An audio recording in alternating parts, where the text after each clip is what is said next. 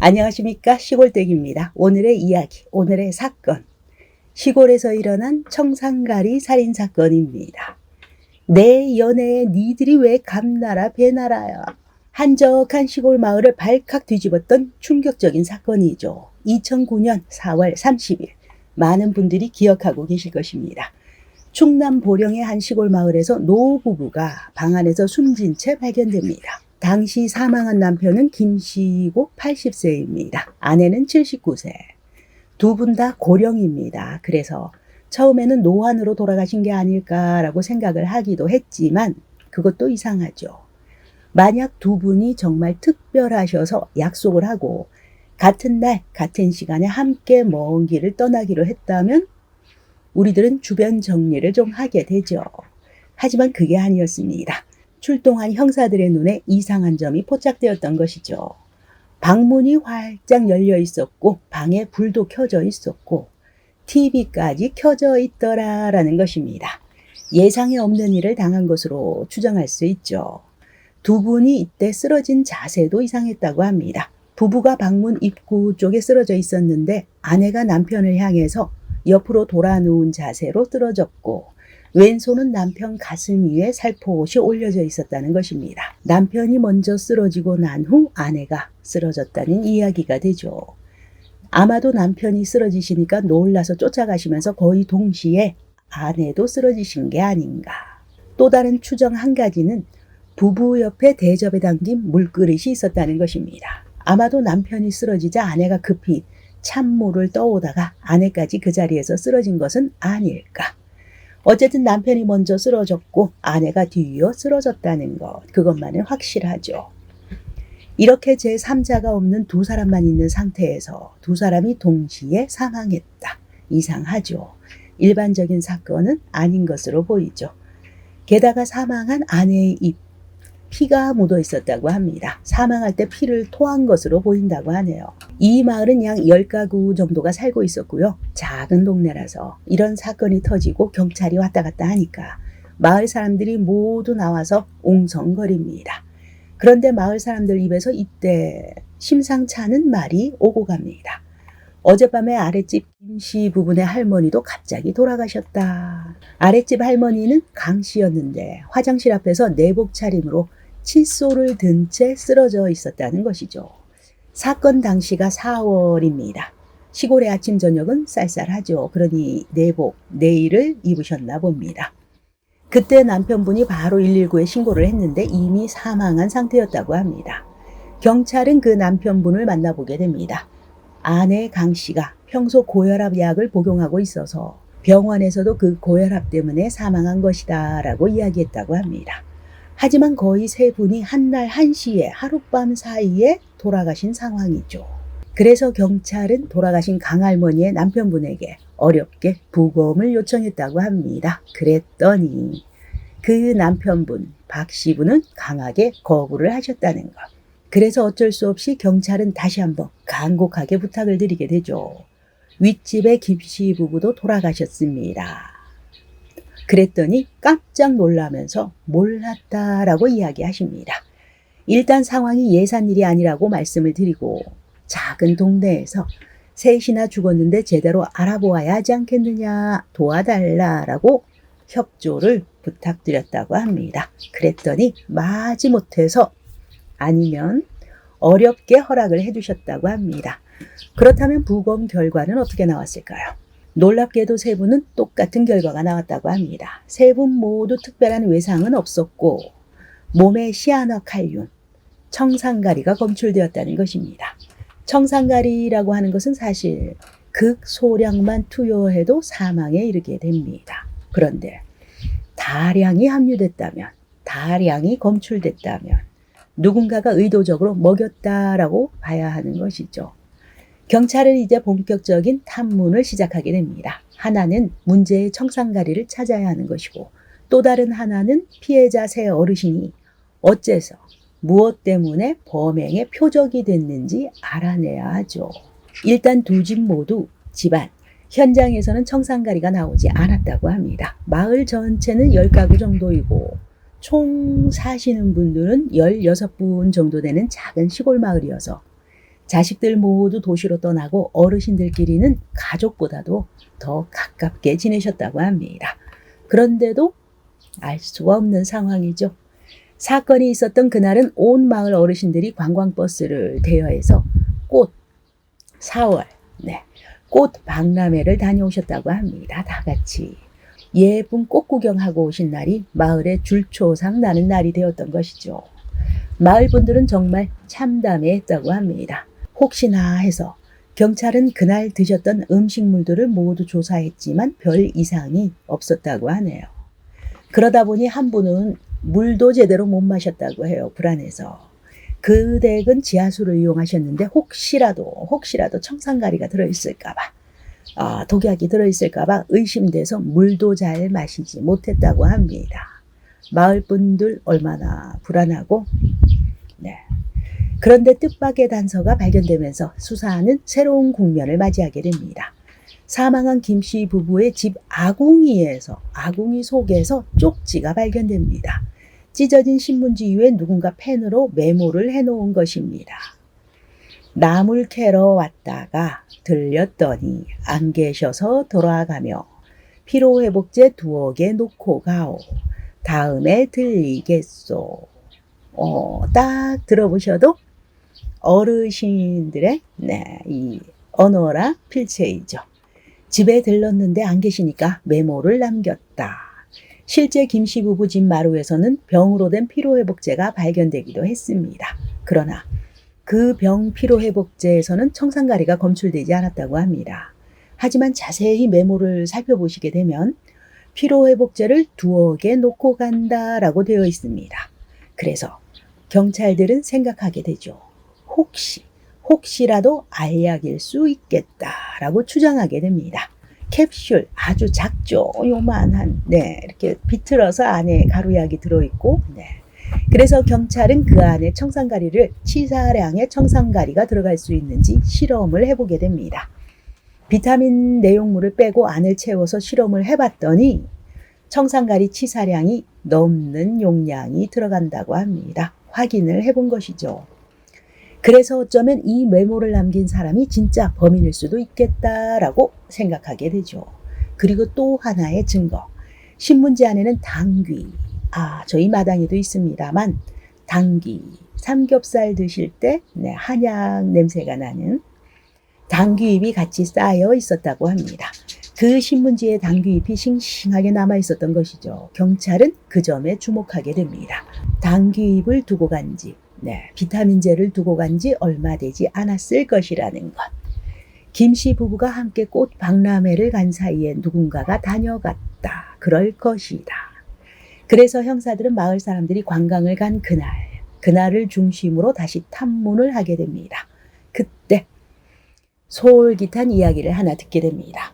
마을 분들 중에 꽃 박람회에 가지 않은 사람이 몇 명 있었는데 그 중에서도 깜짝 놀랄 만한 사람. 사망한 그 강 씨의 할머니 남편분 박 씨였습니다. 지금부터 그 남편분 이미 박 씨라고 부르고 있었습니다. 관광을 안 간 이유가 좀 황당했습니다. 나는 시골 사람들과 어울릴 급이 아니다. 내 급수는 시골 사람들하고는 어울릴. 이 박 씨는 아내와 결혼 후에 줄곧 서울에서 혼자 사시다가 고향으로 온 것은 1년밖에 되지 않는다고 합니다.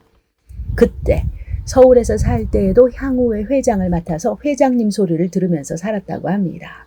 마을 사람들이 관광을 떠난 후 이 박 씨는 혼자 낮에는 논일을 했고 저녁에는 인근 모텔 운영하는 지인 부탁으로 금붕어랑 개밥을 주러 갔었다고 합니다.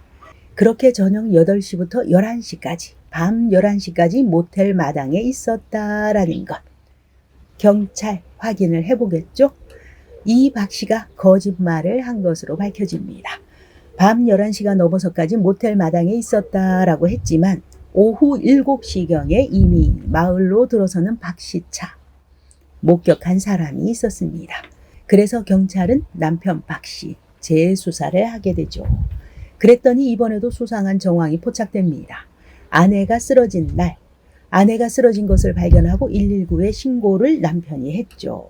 그런데 이때 통화 내용이 이상합니다. 네, 119입니다. 여보세요? 누구시죠? 나 박자, 영자, 길자 쓰는 사람이요. 아, 네. 무슨 일이신가요? 사람이 쓰러졌어. 사람이 쓰러져요? 누굽니까? 누가 쓰러졌어요? 할머니. 나 박자, 영자, 길자 쓰는 사람이요. 아주 침착하죠. 지금 자신의 아내가 쓰러졌는데 다급해하지 않습니다. 전혀 또박또박 이야기합니다. 게다가 사람이 쓰러졌다니까 응급 상황이죠. 할머니를 살리고자 의사가 인공호흡을 지시했다고 합니다. 그런데 전혀 시도도 하지 않았다는 것. 형사들은 3명의 피해자들과 박 씨 사이에서 연결고리를 찾는 데 집중하게 됩니다. 마을 분들 사이에서 쉬쉬하던 소문이 경찰, 형사들의 귀에 들어갑니다. 이 박 씨, 무려 20살 연하의 내연녀가 그 마을에 함께 있었다고 합니다. 읍내에서 만난 사이인데 그 내연녀를 박 씨는 마을로 데리고 와서 가게를 차리게 하고 박 씨가 수시로 드나들었다는 것입니다. 아내도 내연녀가 있다는 사실을 잘 알고 있었다고 합니다. 이 내연녀의 가게가 요번에 사망한 김 씨 부부의 바로 집 앞에 있었다고 하네요. 그래서 평소 박 씨가 내연녀를 만나러 오게 되면 김 씨 부부가 아내 강 씨에게 일일이 전화를 했다고 합니다. 자네 남편 지금 또 와 있어. 얼른 와봐. 그래서 아내가 쫓아오는 일이 한두 번이 아니었다고 합니다. 경찰은 여기까지 밝히고 나서 긴급 체포하게 됩니다. 박 씨를. 하지만 모두 부인합니다. 내연 관계까지도 부인을 하더라는 것. 그래서 디지털 포렌식으로 휴대전화를 복원해서 어느 모텔에서 내연녀를 만났고 이런 말을 하지 않았느냐. 은밀한 대화 내용까지 눈앞에 들이밀어도 나는 모른다. 그 여자를 모른다. 끝까지 인정하지 않았다고 합니다. 그런데 사실 박 씨 입장에서는 그걸 인정하는 순간 자신의 범행의 동기가 밝혀지게 되죠. 내가 범행했다라는 게 되니까 어떻게든지 부인을 할 수밖에 없는 그런 상황이었겠죠. 하지만 또 쪽지에 있는 글씨체가 있죠. 경찰에게는. 경찰은 박 씨 집에 있는 박 씨 수첩을 압수하게 됩니다. 그리고 필적 감정을 의뢰하게 되죠. 결론은 동일인 필적으로 나왔습니다.